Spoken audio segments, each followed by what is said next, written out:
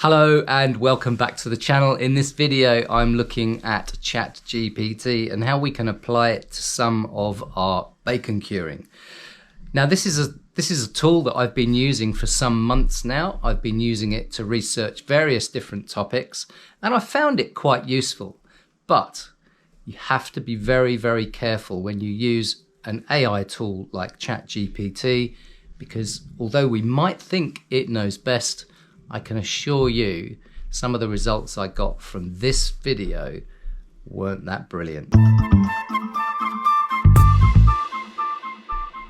Now in this example I was using CHAT GPT to give me some ideas and recipes for curing bacon. And if you've made your own bacon before, you'll know one of the major components in there is the curing salt, the Prague powder or the nitrite salt that you use, plus the quantity of salt you use given the amount of meat you're actually going to be curing. Now that's a big issue for me because I try and use the least amount of salt possible and I measure my nitrites very carefully. So for instance, when I'm making bacon, for every kilogram of meat that I cure, I use 2.5 grams of Prague powder, which contains 6.25% nitrite. So it's a very small amount given the size of the meat if you measure the two in grams. Now, the results I got from ChatGPT weren't particularly helpful. In my opinion, they were far too salty. I would be interested to know what you think.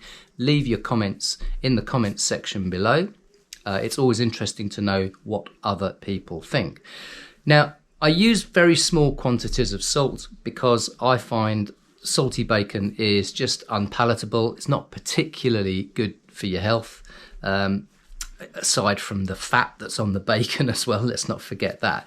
But we're all trying to reduce the amount of salt that we intake. There's also a debate about nitrites in curing as well. So to keep everything as to a minimum level as possible, I try and cure in a bag so that the curing contents is in very close proximity to the meat. Now, any of you that have seen my bacon videos, I'll leave a link in the description to some of them, will know that I tend to use curing bags or a vacuum bag. And I always cure on vacuum because it ensures the small amount of salt you are using is in very close contact with the meat. Typically, I use around 2.5% salt content whenever I'm curing, and I find that gives me a nice salty taste without being too salty. Now, ChatGPT, I typed in, give me some help with curing for bacon, and let me show you what it came up with. So here we are. I started with a question like we all do when we start with ChatGPT. I'm interested in curing bacon and was wondering if you could help me with that. And it came back very politely. Certainly, I can certainly help you with that. Curing bacon can be fun and rewarding, etc. Here's how to get started. Ingredients: half a pound of pork belly, quarter cup of kosher salt, 2 teaspoons brown sugar, black pepper, paprika, and 1 teaspoon of pink salt, sodium nitrite. Now, that's where my interest started to get a little bit piqued, because that's a very inaccurate measure.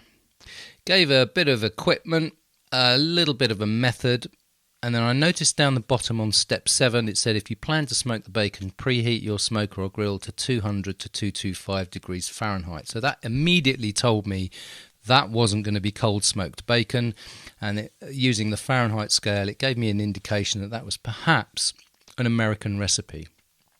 But my concern was a quarter cup of kosher salt. Now, I'm not entirely sure what that is in grams. I can work out the size of the pork, that's not a problem. So I asked, can you make the measurements into grams? And it obliged quite nicely.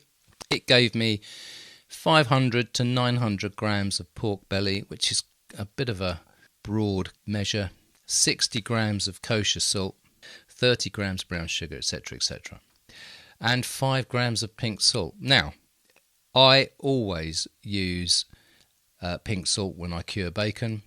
I generally call it Prague powder, but it contains, use Prague powder 1, and it contains 6.25% sodium nitrite, and the remainder is salt. It also has a food colouring in there so that you can distinguish it from ordinary salt.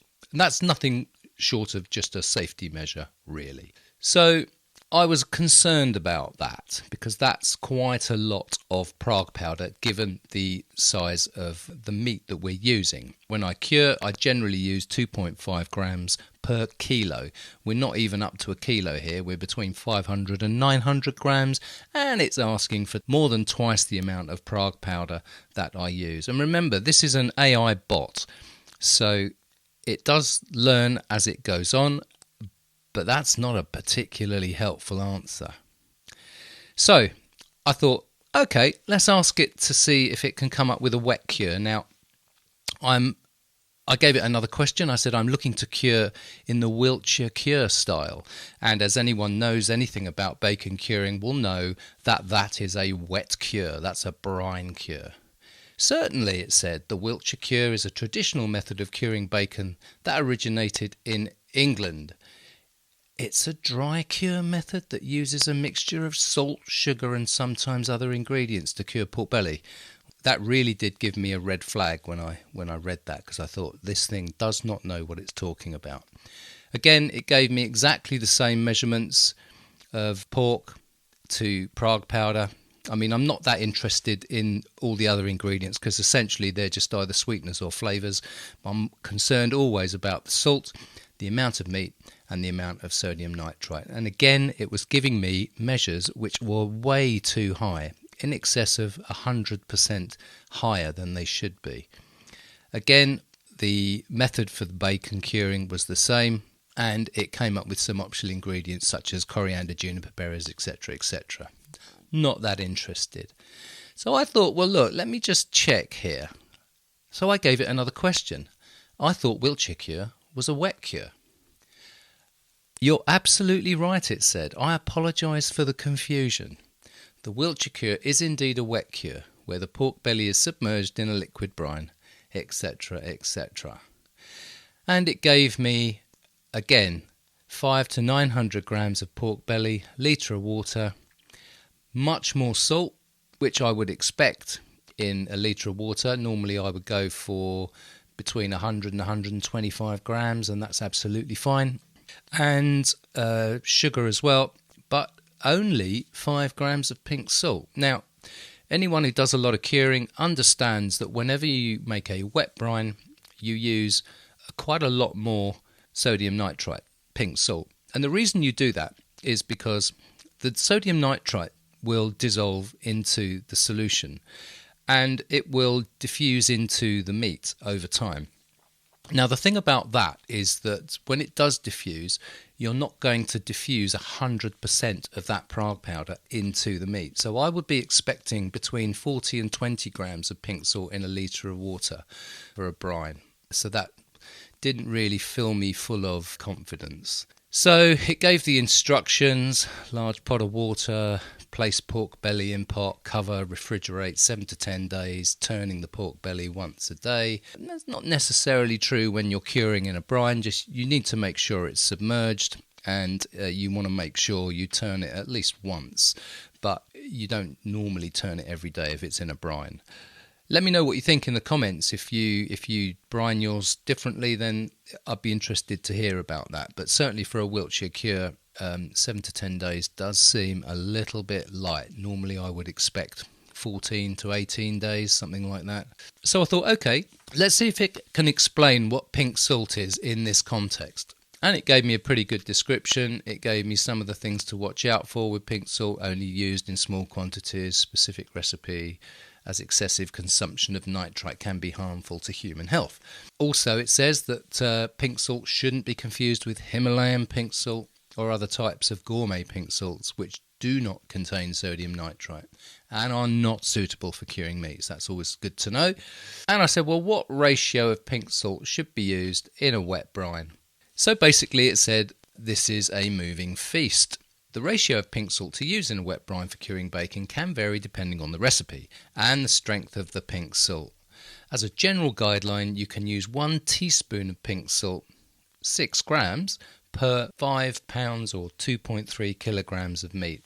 Now, in a wet brine, that's a very, very lean amount of nitrite, given the fact that you're going to be curing meat in a solution and you're not going to get 100% diffusion into the meat.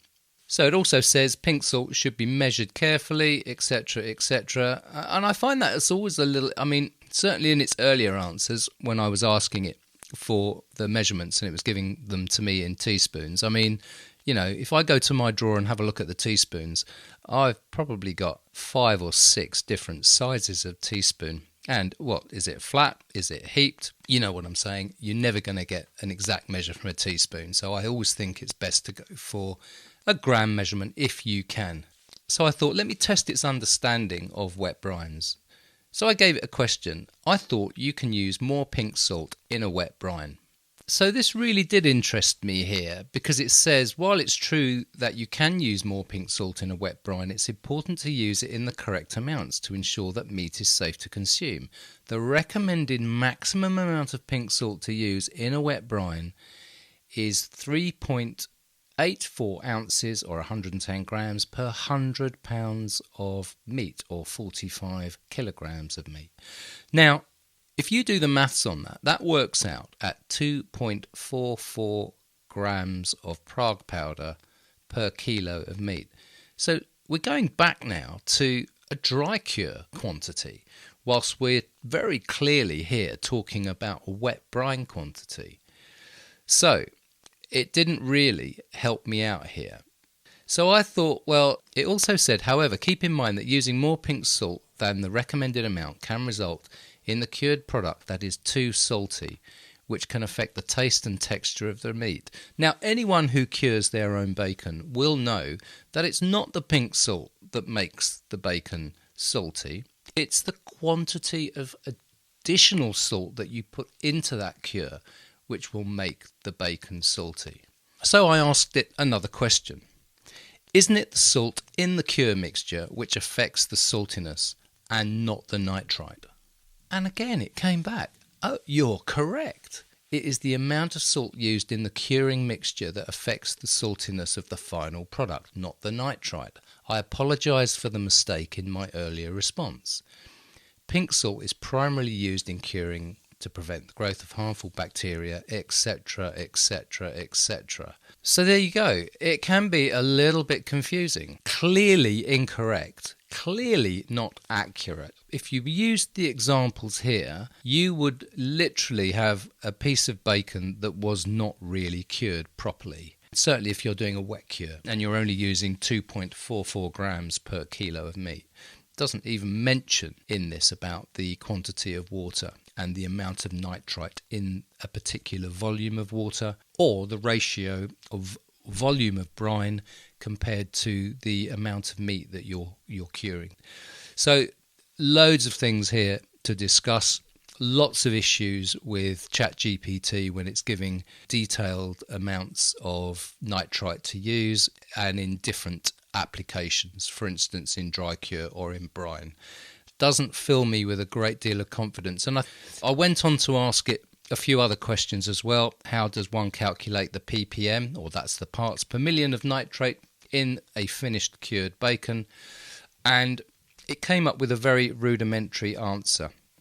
I mean, you can go through the calculations yourself, but it didn't once mention the duration of time that the meat is in a cure or the brine, which is proportional, certainly, in the early stages of curing to how much nitrite you'll have in the finished product. So I was quite surprised at some of the kind of foggy answers that CHAT GPT was giving out.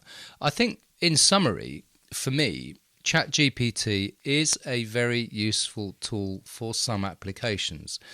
But it's like anything, isn't it? If you get all your source of information from one place and that happens to be wrong, you're going to be in a whole hill of trouble. I think you need to be a little bit more careful about using tools like CHAT GPT for doing critical stuff like curing bacon where you're using nitrites. Get yourself a good book. Understand that if you're going to be researching recipes, broaden out your search criteria. Check other websites, check a few books, make sure you're doing it right. Ask people. Don't rely solely on a tool like AI to give you a definitive answer, because it's clearly shown in this example that that isn't something that has worked out particularly well. I found the answers very foggy, inconclusive, and some of them were downright inaccurate and, to be quite frank, dangerous. So I even asked it a question and I said, surely not all the nitrite is absorbed by the meat. And it said, you're correct. Not all the nitrite in the cure will be absorbed by the meat during the curing process. Some of the nitrite may be lost during the curing process due to evaporation, absorption into the surrounding liquid, or conversion to other forms.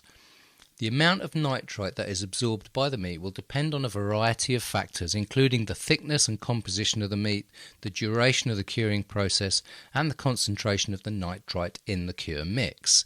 It's important to note that while it's difficult to determine exactly how much nitrite is absorbed by the meat during the curing process, it's still important to use recommended guidelines for safe curing and to avoid using excessive amounts of nitrite, which can be harmful to human health.